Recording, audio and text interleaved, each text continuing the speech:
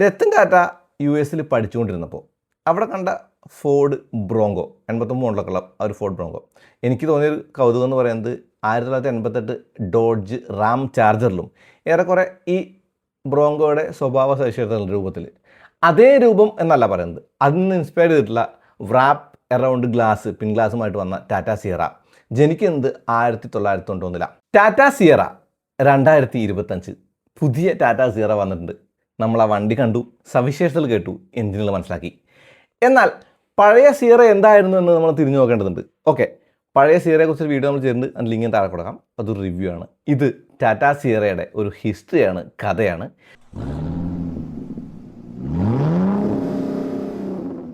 ഒരു mid size SUV ആയിരുന്നു Tata Sierra. ഒരു 3 ഡോർ SUV ആയിരുന്നു ടാറ്റ സിയറ. ഒരു പിക്കപ്പ് ബേസ് ചെയ്തിട്ടുള്ള SUV ആയിരുന്നു ടാറ്റ സിയറ. 91 വന്നിട്ട് 2003 ടാറ്റ സഫാരിക്ക് വേണ്ടി വഴി മാറി കൊടുക്കുന്നതിനിടയ്ക്ക് ഞാൻ പറയുന്നത് അത്ര ഒരു വലിയ ഹിറ്റായിരുന്നു എന്ന് അവകാശപ്പെടാനാവാത്തൊരു വണ്ടിയായിരുന്നു ടാറ്റ സിയറ എന്നുള്ളതാണ് സത്യത്തിൽ പറഞ്ഞു കഴിഞ്ഞാൽ. പക്ഷേ ടാറ്റ സിയറ എന്ന് പറയുന്ന ഒരു ക്യാരക്ടറുള്ള ഒരു SUV ആയിരുന്നു.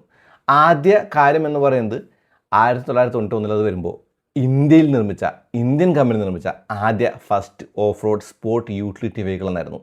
ആ പേര് അനർത്ഥമാക്കാൻ വേണ്ടി 4 വീൽ ഡ്രൈവും ആ വണ്ടിക്കുണ്ടായിരുന്നു. ടാറ്റയുടെ തന്നെ ടെൽക്കോ ലൈൻ എന്നുള്ള പിക്കപ്പ് 1988 മുതലുള്ള പിക്കപ്പിൻ്റെ മെക്കാനിക്കൽ പാർട്സും ഫ്രണ്ട് ഫേഷ്യയും ഡാഷ്ബോർഡും എടുത്തിട്ട് ഡിഫറൻസ് എന്ന് പറയുന്നത് വീൽ ബേസ് മാത്രമായിരുന്നു. 2.40 മീറ്റേഴ്സ് ആയിരുന്നു ആ ഒരു വീൽ ബേസ് സിയറയുടെ. അപ്പോൾ ഫസ്റ്റ് പ്രൈവറ്റ് ട്രാൻസ്പോർട്ട് കാർ ഇന്ത്യയിൽ ഉണ്ടാക്കിയത് ടാറ്റ സിയറ ആണെന്നും പറയാം. ടാറ്റ X2 പ്ലാറ്റ്ഫോമിൽ ഉണ്ടാക്കിയിട്ടുള്ള ആ ഒരു വണ്ടി എന്ന് പറയുന്നത് സൈഡ് മെമ്പേഴ്സും ക്രോസ് ബാറൊക്കെ വെച്ച് അത്യാവശ്യം സേഫ് ആയിട്ടുള്ള വണ്ടി തന്നെയായിരുന്നു അന്ന്. എല്ലാ റോഡിലും ഓടിക്കാവുന്ന ഒരു വണ്ടി എന്ന നിലയ്ക്കാണ് ടാറ്റ സിയറ ഇറക്കിയിട്ടുള്ളത്. അൺഈവൻ റോഡ്സിലും ഓഫ് റോഡിലുമൊക്കെ. അതായത് റിയർ വീൽ ഡ്രൈവും 4 വീൽ ഡ്രൈവും ഉണ്ടായിരുന്നു. ടെൽക്കോ ലൈൻ ഉണ്ടായിരുന്നില്ല, അത് റിയർ വീൽ ഡ്രൈവ് ആയിരുന്നു. പിന്നെ സൗണ്ട് പ്രൂഫിംഗ് പോലുള്ള കാര്യങ്ങളൊക്കെ ചെയ്തു. ഇൻറ്റീരിയർ കുറച്ചുകൂടി കംഫർട്ടബിൾ ആക്കി. 3 ഡോർ ബോഡി കോൺഫിഗറേഷനിൽ 4.41 മീറ്റേഴ്സ് ലെങ്ത്തിൽ പിൻവീൽ ഡ്രൈവോ അതല്ലെങ്കിൽ 4 വീൽ ഡ്രൈവോ ആയിട്ട് സെൽഫ് ലോക്കിംഗ് റിയർ ഡിഫറൻസ് ഉണ്ടായിരുന്നു. ഫ്രണ്ട് ഹബ്സിൽ മാനുവൽ ലോക്കായിരുന്നു. ഓക്കെ, ടെക്നോളജിക്കലി ഒരു ഓഫ് റോഡിന് വേണ്ട കാര്യങ്ങളൊക്കെ ഉണ്ടായിരുന്ന ഒരു വണ്ടി എന്ന് പറയുന്ന ഒരു സിയറ വരുമ്പോൾ അല്ലെങ്കിൽ ഒരു SUV വരുമ്പോൾ ആ SUVക്ക് പിന്നിൽ ലീഫ് അല്ലായിരുന്നു, അത് സ്പ്രിങ് ആയിരുന്നു എന്നുള്ളതാണ്. ടെൽക്കോ ലൈൻ്റെ ഫ്രണ്ട് ആക്സിലും റിയർ ആക്സിലും 4 പുള്ളിങ് ആമോട് കൂടിയ റിജിഡ് ബ്രിഡ്ജ് ലേഔട്ട് എന്ന് വിളിക്കുന്ന കോയിൽ സ്പ്രിങ്ങോട് കൂടിയ ആ ഒരു സസ്പെൻഷൻ ആയിരുന്നത്. അതിനകത്ത് എഞ്ചിൻ ടെൽക്കോ ലൈനിലെ സെയിം എഞ്ചിനാണ്. 2 ലിറ്റർ 483 DL എന്ന് പറയുന്നത് ഡീസലിനാണ്. 4 സിലിണ്ടർ ഡീസൽ എഞ്ചിനാണ്. ടാറ്റ മോട്ടോഴ്സ് ഇന്ത്യയിൽ ഉണ്ടാക്കിയ എഞ്ചിനാണ്. 2 വാൽവ് പെർ സിലിണ്ടറുള്ള ഇൻഡയറക്റ്റ് ഇഞ്ചക്ഷനുള്ള പ്രീ ചേംബർ എന്ന് പറയുന്ന ഒരു സംഗതിയൊക്കെ ഉള്ള എഞ്ചിനാണ്. അതായത് പ്രീ ചേംബറിലിട്ട് ചൂടാക്കി ഇൻഡയറക്റ്റ് ഇഞ്ചക്ഷൻ ചെയ്ത് 63 ഹോഴ്സ് പവറുള്ള 5 സ്പീഡ് G76 ഗിയർ ബോക്സുള്ള ടാറ്റ സിയറ എന്ന് പറയുന്ന ആദ്യ വണ്ടി വരുന്നു.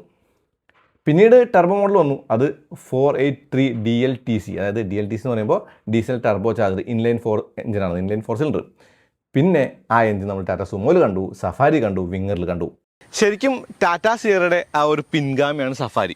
അപ്പോൾ ടാറ്റ സിയറ 91 വന്നപ്പോൾ ശരിക്കും ആളുകൾക്ക് ആ ഒരു കൗതുകം തോന്നിയ കാര്യം എന്ന് പറയുന്നത് ഈ ഒരു വിൻഡോയൊക്കെയാണ്, ആൽപ്പിൻ വിൻഡോ എന്നൊക്കെ പറയുന്നൊരു വിൻഡോയൊക്കെയാണ്. അത് മാത്രമല്ല പല വണ്ടികളും മോഡിഫിക്കേഷനൊക്കെ ചെയ്തിട്ടേ, അതായത് ഈ ഒരു 3 ഡോർ 5 ഡോർ ആക്കാനായിട്ട് ഇവിടെ തന്നെ മുറിച്ച് ആ ഒരു ബട്ടർഫ്ലൈ ഡോറൊക്കെ ആക്കിയിട്ട് പല വണ്ടികളും നമ്മൾ കണ്ടിട്ട്. ടാറ്റ സിയറയുടെ ലേഔട്ട് എന്ന് പറയുന്നത് 4 സീറ്റുകളാണ്. എന്ന് വെച്ചാൽ മുന്നിലെ സീറ്റ് മറച്ചിട്ട് വേണം പിന്നിലേക്ക് കയറാൻ. AC ഉണ്ടായിരുന്നു, അഡ്ജസ്റ്റ് ചെയ്യാവുന്ന സ്റ്റിയറിംഗ് വീലായിരുന്നു, ടാക്കോമീറ്റർ ഉണ്ടായിരുന്നു. നോർത്ത് പോയിന്റ് ഈ വണ്ടി വരുമ്പോൾ എനിക്ക് തോന്നുന്നു റിയർ AC പോലുള്ള, പവർ വിൻഡോസ് പോലുള്ള, സ്റ്റിയറിംഗ് അഡ്ജസ്റ്റ്മെൻറ്റ് പോലുള്ള പല കാര്യങ്ങളും first in segment for Indian car. കൂടാതെ 5 സ്പീഡ് ഗിയർ ബോക്സും ഉണ്ടായിരുന്നു. ശരിക്കും സ്റ്റോക്ക് സീറ്റാണിത്. ഈ സീറ്റിന് ഹെഡ് റെസ്റ്റ് ശരിക്കും ഇല്ല. പക്ഷേ സിയറ ടർബോയ്ക്ക് ആംറസ്റ്റൊക്കെ ഉണ്ട്. അത് മാത്രമല്ല അത്യാവശ്യം നല്ല ഹെഡ് റൂം ഉണ്ട്. വെളിച്ചത്തിന് കാര്യം പറയണ്ട, ഇഷ്ടംപോലെ വെളിച്ചമുള്ള അകത്തലാണ്. ഇതിൻ്റെ ബാക്കിൽ ഗ്ലാസ് ഫിക്സറാണ്. AC വർക്ക് ചെയ്തില്ലെങ്കിൽ അതിനകത്ത് ഇരുന്ന് പുഴുകുള്ളൂ, വേറെ വഴിയൊന്നുമില്ല. അതൊരു പ്രശ്നമായിരുന്നു. അന്നത്തെ AC ഒന്നും അത്ര ലെവൽ അല്ലാത്തതുകൊണ്ട് തന്നെ അതൊക്കെ ഒരു പ്രശ്നമായിട്ട് ആളുകൾ കണ്ടിട്ടായിരുന്നു. പിന്നെ വിലയും ഉണ്ടായിരുന്നു. എനിക്ക് തോന്നുന്നു 5 ലക്ഷം രൂപയുടെ മുകളിലായിരുന്നു ഇതിൻ്റെയൊക്കെ വില, അന്നത്തെ പ്രൈസ് എന്ന് പറയുന്നത്. അതുകൊണ്ട് തന്നെ ഒരു വൻപൻ ഹിറ്റ് ആവാൻ സഹായിക്കാത്ത വിധം ഈ പ്രൈസും അതിനിടയിൽ നിന്നു എന്നാണ് എനിക്ക് തോന്നുന്നത്. പിന്നിലെ ബമ്പർ അതല്ലെങ്കിൽ പിന്നിലെ ലൈറ്റുകൾ അതൊന്നും അല്ലായിരുന്നു പിന്നിലെ പ്രത്യേകത. ടാറ്റ സിയറയുടെ പിന്നിൽ എനിക്ക് തോന്നുന്നു ഇന്ത്യൻ കാർ ഇൻഡസ്ട്രിയിൽ നമ്മളിതുവരെ കാണാത്ത ഒരു കാര്യമുണ്ട്. അതെന്ന് പറയുന്നത് 2 വൈപ്പേഴ്സാണ്. മാത്രമല്ല ഡീഫോഗറും ഈ ഒരു വണ്ടിക്കുണ്ട്. അങ്ങനെ പറയുമ്പോൾ 1997 വന്ന സിയറയ്ക്ക് 2 സെറ്റ് ടൈൽ ലാമ്പുകൾ ഉണ്ടെന്നാണ്, മുകളിലും താഴെയായിട്ട്. മാത്രമല്ല ബമ്പറും വ്യത്യാസമാണ്. സ്പെയർ വീല് പിന്നിൽ മൗണ്ടഡ് ആണ് എന്നതും എനിക്ക് തോന്നുന്നു യൂട്ടിലിറ്റേറിയൻ ആണ് ഭംഗി എന്നതിനേക്കാൾ കൂടുതൽ ആ വണ്ടിക്ക് ചേരുന്ന ഒരു കാര്യം നാമം എന്നുള്ളതാണ്. 3 ഡോറാണ്. 3 ഡോർ എന്ന് പറയുമ്പോൾ അകത്തേക്ക് കയറുന്നത് ആ ഒരു മുൻസീറ്റ് മറിച്ചിട്ടാണ്. എന്നാൽ അത്യാവശ്യം നല്ല ലഗേജ് സ്പേസിലൊരു വണ്ടി കൂടിയാണ് സിയറ എന്നുള്ളതാണ്. 97 കൂടിയിട്ട് എമിഷൻ നോംസ് ഒക്കെ കുറച്ചും കൂടി കൂടുതലായപ്പോൾ ടർബോ ചാർജർ വേർഷൻ അവർ ഇറക്കേണ്ടി വന്നു. അത് ജൂലൈ 97 പുതുതലമുറ വണ്ടികൾ കാണാത്ത ഐഡ്ലിംഗ് അഡ്ജസ്റ്റർ കൂടി ടാറ്റ സിയറയിൽ കാണാം. ഈ സിയറ പല രാജ്യങ്ങളിലേക്കും കയറ്റിവിടാനാണ്, എസ്പെഷ്യലി യൂറോപ്പ്, സ്പെയിൻ, ഫ്രാൻസ്, ജർമ്മനിയൊക്കെ, ഇറ്റലിയൊക്കെ. ഈ കൺട്രികളിലേക്കൊക്കെ ടാറ്റ ഇമ്പോർട്ട് ചെയ്യപ്പെട്ടത് 94 ടാറ്റ സ്പോർട്ട് എന്നും ടാറ്റ ടെൽക്കോ സ്പോർട്ട് എന്നൊക്കെ പേരിലായിരുന്നു. 4x4 ഏപ്രിൽ 98 കൂടിയിട്ട് 2 ലിറ്റർ ടർബോ ഡീസലോട് കൂടെ അതും എക്സ്പോർട്ട് ചെയ്യപ്പെട്ടു. പേരൊരു മാറ്റി ടാറ്റ ഗ്രാൻഡ് ടെൽക്കോ സ്പോർട്ട് എന്നാക്കി സ്പെയിനിലൊക്കെ. ഇറ്റലിയിൽ 2 വേർഷനായിട്ടാണ് ടാറ്റ വിറ്റുന്നത്. ടാറ്റ സ്പോർട്ടിൻ്റെ 2 വേർഷൻ എന്ന് പറയാം, ബേസും ഓർസിയാറി എന്നുള്ള ഒരു പേരും. അത് ഇറ്റലി വേരിയൻ്റ്. അതവിടെ ഒരു ഇറ്റാലിയൻ ഡിസൈനർ ഓർസിയാറി എന്ന് പറയുന്ന ആൾ ഒന്നുകൂടി ഒന്ന് ഡുവൽ ടോൺ ബോഡി വർക്കും റൂഫ് പാർക്കുമായിട്ട് മാറ്റിയതാണ്, ഇൻറ്റീരിയർ ഫിനിഷൊക്കെ കൊടുത്തിട്ട്. ശരിക്കും ആ ഒരു ഹീറ്റർ ലൈറ്റ് കെട്ട് കഴിഞ്ഞാൽ ഒറ്റയടിക്ക് സ്റ്റാർട്ടാണ്.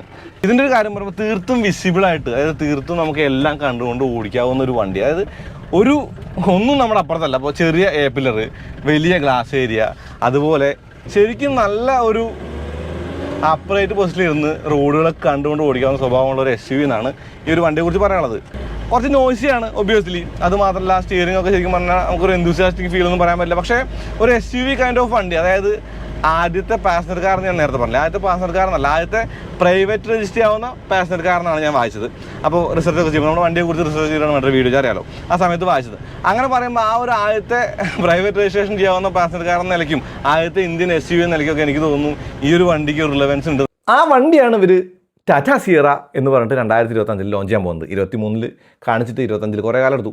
വീലൊക്കെ മാറി, ഡിസൈനൊക്കെ മാറി. പക്ഷേ വണ്ടി നേരിൽ കണ്ടപ്പോൾ പഴയ സിയറയുമായിട്ട് പുതിയ സിയറയ്ക്കുള്ള പ്രകടമായ വ്യത്യാസം എന്ന് പറയുന്നത് അത് ബോഡി ഓൺ ഫ്രെയിം, ഇത് മോണോക്കോക്ക എന്നുള്ള കാര്യമാണ്. അതായത് ഈ വണ്ടി എന്ന് പറയുന്നത് പ്രീമിയം മിഡ് സൈസ് SUVയിലേക്ക് വരുന്ന വണ്ടിയാണ്. ഇതിൻ്റെ ഫീച്ചേഴ്സ് കേട്ടിട്ട് കൗതുകം തോന്നിയിട്ടുണ്ട്, വണ്ടി കണ്ടിട്ട് ഭംഗി തോന്നിയിട്ടുണ്ട്. എഞ്ചിനുകൾ 3 ഉണ്ട് എന്നുള്ളതും ഓട്ടോമാറ്റിക് ഉണ്ട് എന്നുള്ളതൊക്കെ തീർത്തും നമുക്ക് ഒരു ഇഷ്ടം തരുന്ന കാര്യമാണ്. അപ്പോൾ ശരിക്കും രസമുള്ള ഡിസൈനാണ്. ഡിസൈൻ്റെ കാര്യം എന്ന് പറയുമ്പോൾ ഗ്ലാസ്സുകളാണെങ്കിലും അതല്ല, അതിൻ്റെ മൊത്തത്തിലുള്ള ഫ്രണ്ട് പോർഷനും റിയറും ഒക്കെ തന്നെ ഭംഗിയുണ്ട് കാണാനായിട്ട്. ഇപ്പോൾ ഭംഗിയെക്കുറിച്ച് നമുക്ക് കൂടുതൽ പറയാനുള്ളൂ. കാരണം ഞാൻ അകത്ത് കയറി ഇരുന്നപ്പോൾ തന്നെ ഓക്കെ ഒരു വലിയ വണ്ടി ഇരിക്കുന്ന പോലെ ഫീലിംഗ് കിട്ടി.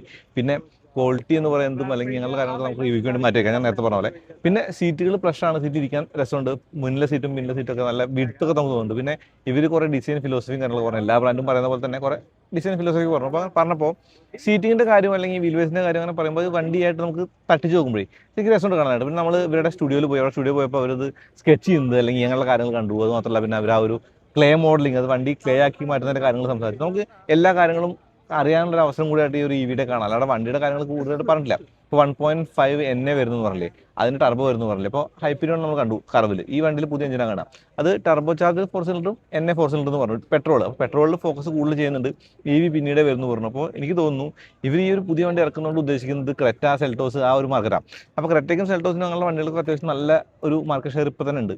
ടാറ്റ മോട്ടോഴ്സ് ഒരു വണ്ടി, ഒരു ഡിസൈറബിൾ ആയിട്ടുള്ള വണ്ടി കൊണ്ടുവരുന്നു എന്ന് പറയുമ്പോൾ ശരിക്കും അതിനൊരു കാലികമായിട്ടുള്ള കാര്യങ്ങൾ ലുക്കും കൂടി കൊടുത്തപ്പോൾ സിയറയുമായിട്ടുള്ള ഒരു പെഡിഗ്രി പേര് വരുമ്പോൾ എനിക്ക് തോന്നുന്നു സഫാരി വന്ന പോലെ ആയിരിക്കും വഴിയില്ല. കാരണം സഫാരി എന്ന് പറയുന്നത് അതിൻ്റെ പേര് പിന്നീടാണ് സഫാരിയായിട്ട് മാറിയത്. അതിൻ്റെ മുമ്പ് എന്താണെന്ന് പേര് നിങ്ങൾക്കറിയാം. അതിൻ്റെ മുന്നത്തെ പേരെന്ന് പറയുന്നത് ഗ്രാവിറ്റാസ് നടന്നു, പിന്നീട് ഗ്രാവിറ്റാസ് മാറി സഫാരി ആയിരുന്നു. സിയറ അങ്ങനല്ല, ഒരു സിയറ 2023 കാണിക്കുന്ന സമയം മുതൽ തന്നെ അത് സിയറയാണ്. അപ്പോൾ സിയറയുടെ ഒരു മോഡൽ കാണിച്ചപ്പോൾ ആദ്യം EV വരുന്ന കാര്യം, പക്ഷേ EV അല്ല ആദ്യം വരുന്നത് പെട്രോൾ ഡീസൽ മോഡലുകളാണ്. നമുക്ക് ഡ്രൈവ് ചെയ്യുന്നവരൊക്കെ വന്നിട്ട് ഡ്രൈവ് ചെയ്യുമ്പോൾ എന്തായാലും കൂടുതൽ കാര്യങ്ങൾ പറയാണ്ട്. അപ്പോൾ അത്രേ ഉള്ളൂ. അതുപോലെ ഈ ഒരു വീഡിയോ ഉപയോഗപ്പെടുന്നതിന് കാര്യമാണ്. അടുത്ത വീണ്ടും വരാം. അതിലേക്ക് നന്ദി, നമസ്കാരം.